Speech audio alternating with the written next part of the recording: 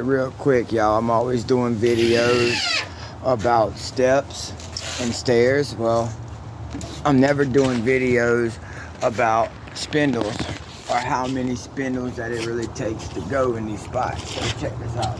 You want to get a count on your spindles? 5 is your magic number. 5, 10, 15, 20, 25, 30. If it's 65, you get 12 or 13 spindles, something like that. You got it? All right.